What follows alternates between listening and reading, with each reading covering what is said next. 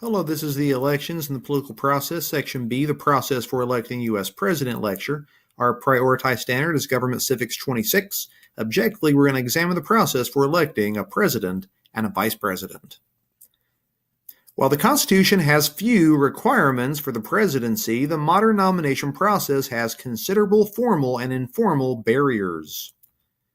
Political campaigns are very expensive to operate.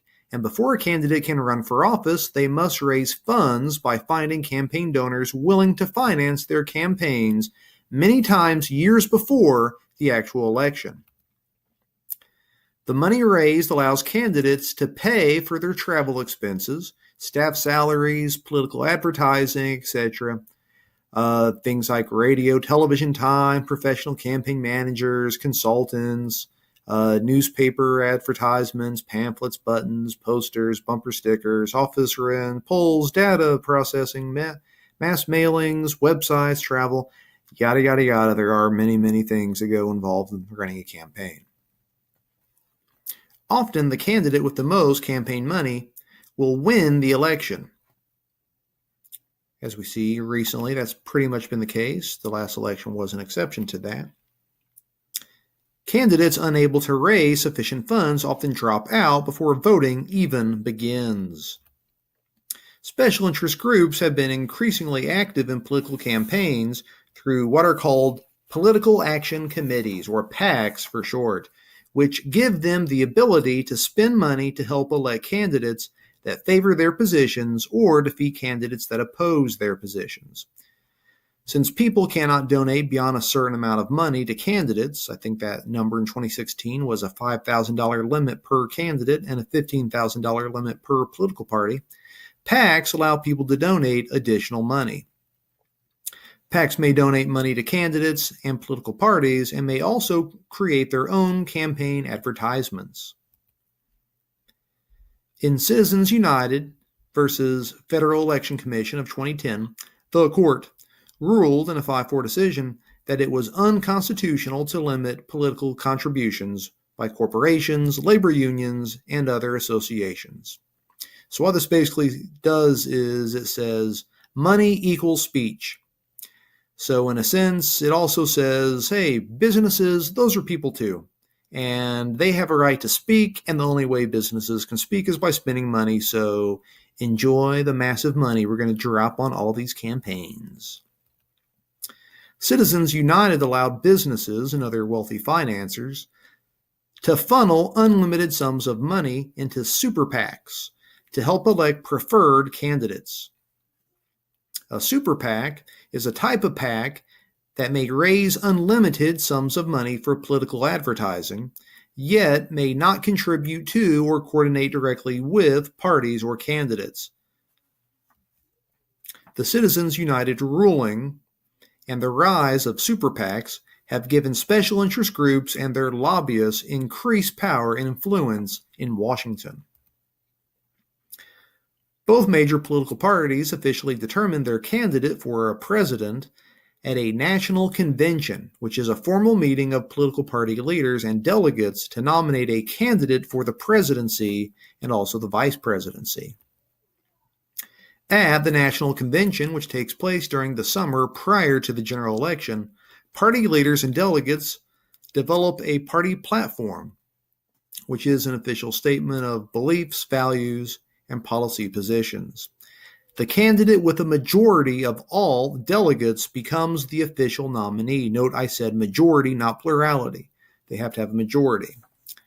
Most delegates are selected either through primaries or caucuses that pledge to support a particular candidate if they're voted for.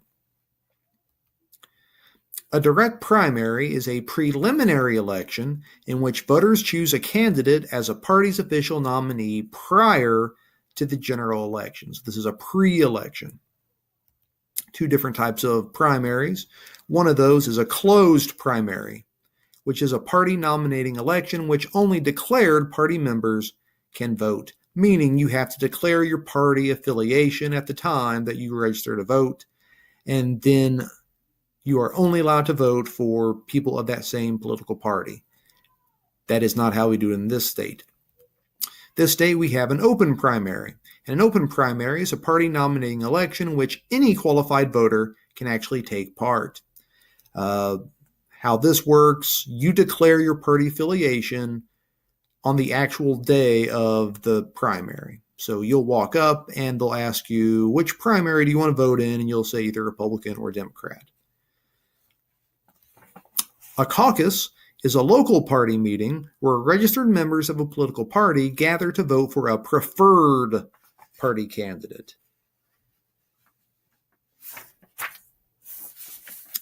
Unlike a primary, a caucus does not actually afford the confidentiality of a secret ballot. Essentially, you walk into an area, usually it's like a large gym area, and you gather in the area of the candidate that you support. And then someone will come and count how many people are in that particular little huddle of people. If your preferred candidate is not deemed a viable candidate, you may actually shift your alliance to another candidate. So in this instance, candidate E, F, they're not going to be viable, so they would probably tell these people, hey, they're not going to cut the mustard. Feel free to go with another group if you'd like to be with that other group instead. While the National Convention is not until the summer, before the presidential election, the first delegates are chosen at the Iowa caucuses and the New Hampshire primary in February. Doing well during these early contests is important to gaining more donations and therefore increasing your chances. If candidates do poorly, they generally have a difficult time gaining new donations. So that's why it's important to do well these early stages. As frontrunners arise, others struggling to find funding generally drop out of the race. After what's called Super Tuesday, when many states have primaries on the same day, the picture is often pretty clear about who is going to be the candidate. If the candidate needs a former candidate's delegates to gain the nomination, deals are often made. Usually these are going to be more private deals. For instance, when Barack Obama was running against Hillary Clinton, it was very contentious. Then at the end of the election, she told everyone, hey, vote for Obama. He's a great guy. If you like me, you'll love him. And then she became Secretary of State. There's been other instances of this taking place. While the primary and caucus season does not end until June, generally the winner is widely known well before then.